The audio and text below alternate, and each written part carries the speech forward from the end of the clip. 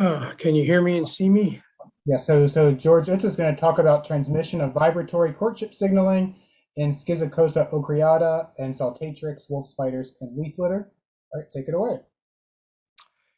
Thank you. I'd like to talk about some work that the students in my lab and I have been doing for a few years, looking at the role of leaf litter in transmitting spider vibrations. This is a spider's eye view of the leaf litter, and you can see how complex it is.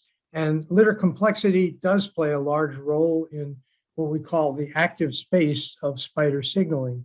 Depending on the spider species, it may use vibration or visual signaling. Um, the effect may be different. In recent years, the species Calorie Pear, we also know it as Bradford pear, has become an invasive tree species. And its leaves are smaller and thinner than the more typical leaves of the eastern deciduous forest, mixed mesophytic forest area we occupy. And we have wondered whether this invasion might change the structure of leaf litter and impact vibratory communication. And we investigated this in two co-occurring wolf spiders, Schizocosa ocreata, which we've worked with for some time, which is a multimodal courtship signaling a male with visual and vibratory signals, and its syntopic congener occupying the same environment at the same time, Schizocosa saltatrix, which relies primarily on vibration cues for courtship.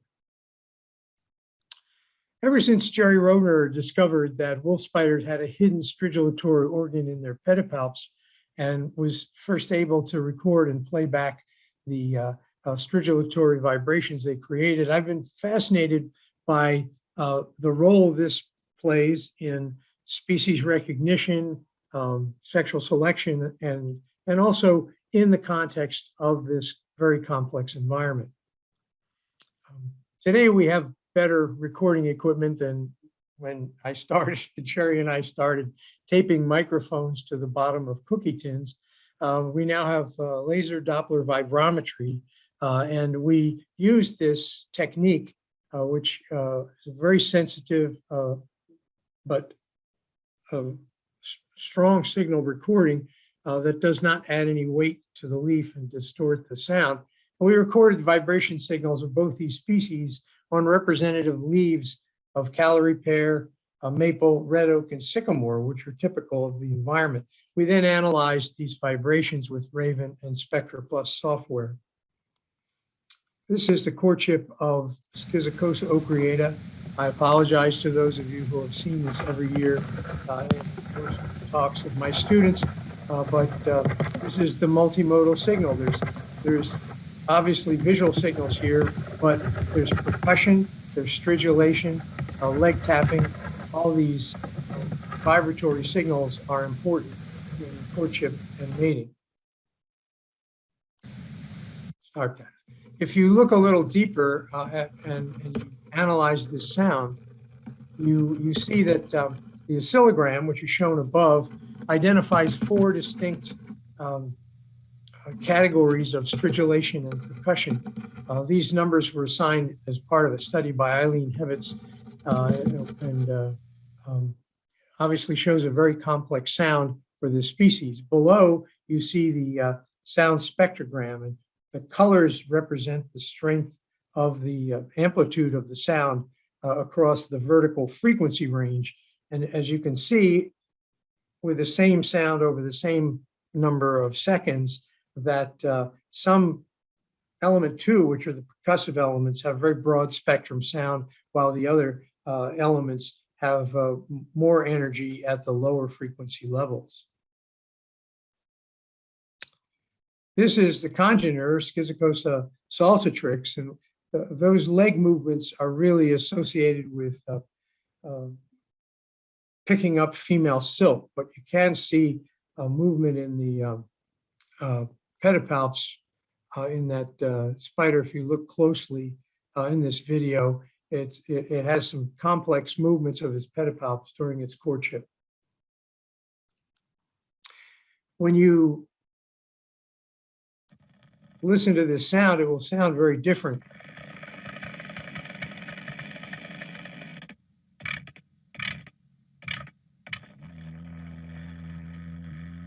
Call this a rattle and hum sound after U2 musicians. But you can see these are very specific pulses, very clustered sequences of vibration. And if you look at the frequency spectrogram or the sound spectrogram on the bottom, you see that some portions, particularly the rattle, have broad spectrum. A hum is a much lower frequency, but most of the energy of this sound is, again, in the lower frequency ranges. If you compare Schizocosa ocreata here across all 4 of the species tree species we tested, we look for differences in amplitude of the sound measured as velocity in millimeters per second, and we found no significant difference with an analysis variance of the amplitude. Likewise, we did a pattern analysis of the pulses per minute and found a similar result, so that Schizocosa ocreata does not seem to, their vibration does not seem to be affected by the species they're courting on. And the same turns out to be true for Schizocosa saltatrix. The amplitude and the pattern of pulse trains are not significantly different across these 4 species. And while you think, well, this is both good and bad news, the invasive species is not going to change anything. And for the rest of us, well, it's negative data, but you should publish it anyway. It isn't very exciting. But we thought we'd drill a little deeper. And so we did what's called a power spectrum analysis, where we look at amplitude and frequency simultaneously, with frequency across the horizontal axis and amplitude on the vertical axis. And what you see is a very different pattern of sound between these 2 species. Schizocosa ocreata is much louder, for starters, but Schizocosa saltatrix is even more complex in its sound structure. And so this may allow us to compare some fine scale differences.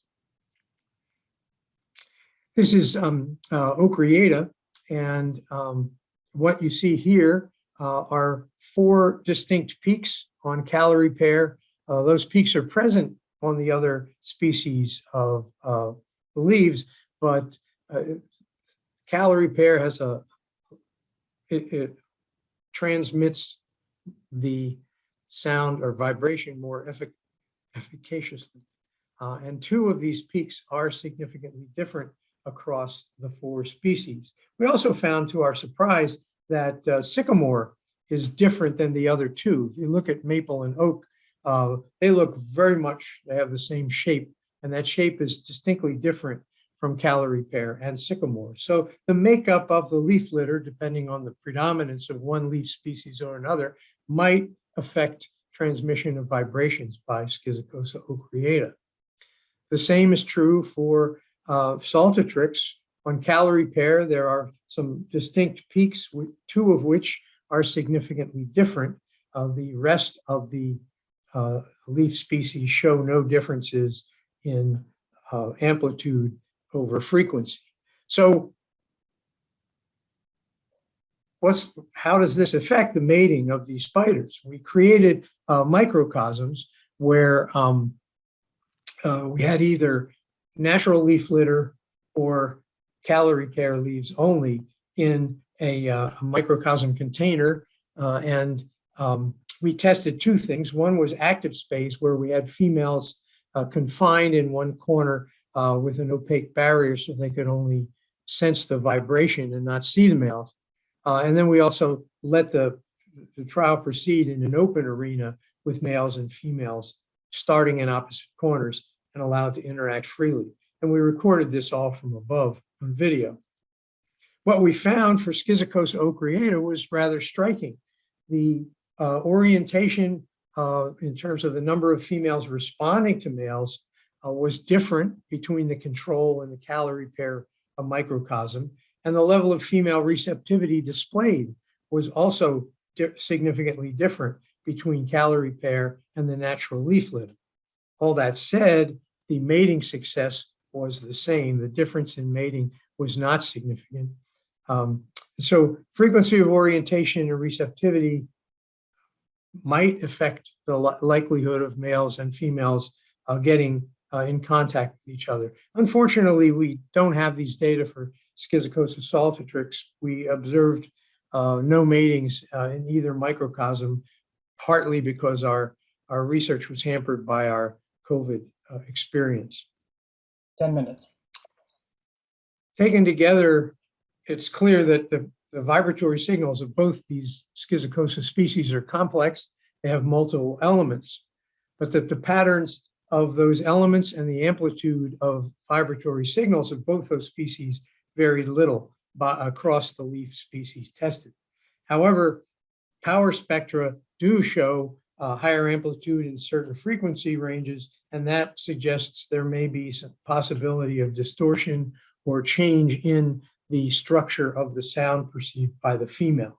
And we know that for at least Schizocosa ocreata, the response distance varied significantly between litter types, but mating success was not. We obviously are going to try to do more research with Schizocosa saltatrix. So in the final analysis, the invasive Calorie Pear could influence vibratory signals of wolf spiders in litter, but its potential impact is currently unclear. I'd like to thank all of my co-authors. Kelly, Olivia, Abigail, and Kara are undergraduates. Olivia Bauer-Nilsson is grad student in my lab, and Dr. Teresa Cully is my colleague from my department. She is the Calorie Pear expert. We acknowledge, as always, the Cincinnati Nature Center, where we do collect our spiders for lab research and do some field research. And we acknowledge that our study areas are on forest land originally occupied by the Mi'kmaq and the Shawandasi nations prior to the European invasion. And with that, I'll close and take any questions. All right, thank you. We have time for a few questions. Maddie asks, do you think that male spiders can hear themselves and possibly adjust their volume or effort accordingly? Oh, Maddie, what a fantastic question. Would that you were a grad student in my lab, I'd put you right on that. We do not know. We know that male spiders can sense something to that effect. Earlier work by Shira Gordon in my lab tested male spiders on different substrates. And on the substrates that dampen vibration, those spiders added more visual cues to their repertoire, which would indicate they can tell how loud they are. But how much they compensate with vibration it has not been directly tested. Maria Munoz asks, what kind of invasive species are affecting Calorie Pears? I don't know what invasive species are affecting Calorie Pear. Calorie Pear themselves, Bradford pear was supposed to be a sterile hybrid, but crossbreeding between different strains of hybrids has led to a reemergence of sexual reproduction, and that's how they have become an invasive species. Southern Ohio has a lot of invasive species that contribute to the litter. Calorie Pear is one. Amur honeysuckle is the other major contributor, and then we have a lot of ground cover low-growing plants. But I don't know about how the other invasive species interact with Calorie Pear. They seem to be a rapidly spreading competitor that the botanists are very concerned about. All right, thank you so much.